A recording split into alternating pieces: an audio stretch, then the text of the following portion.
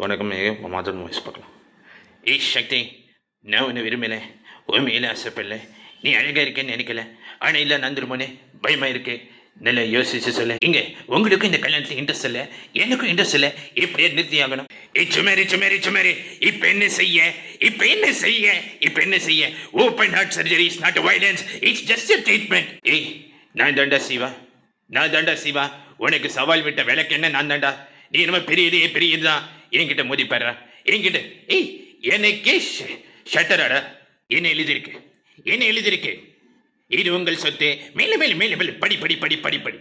இப்பவுமே சொல்றேன், வன்முறை மட்டும் வாழ்க்கையில் எப்பவுமே தீர்வாகுது. அவனை கொலை போனதுன்னு நினைச்சேன், ஆனா அவனுக்குள்ள ஒரு அழகான குடும்பம் இருக்கு.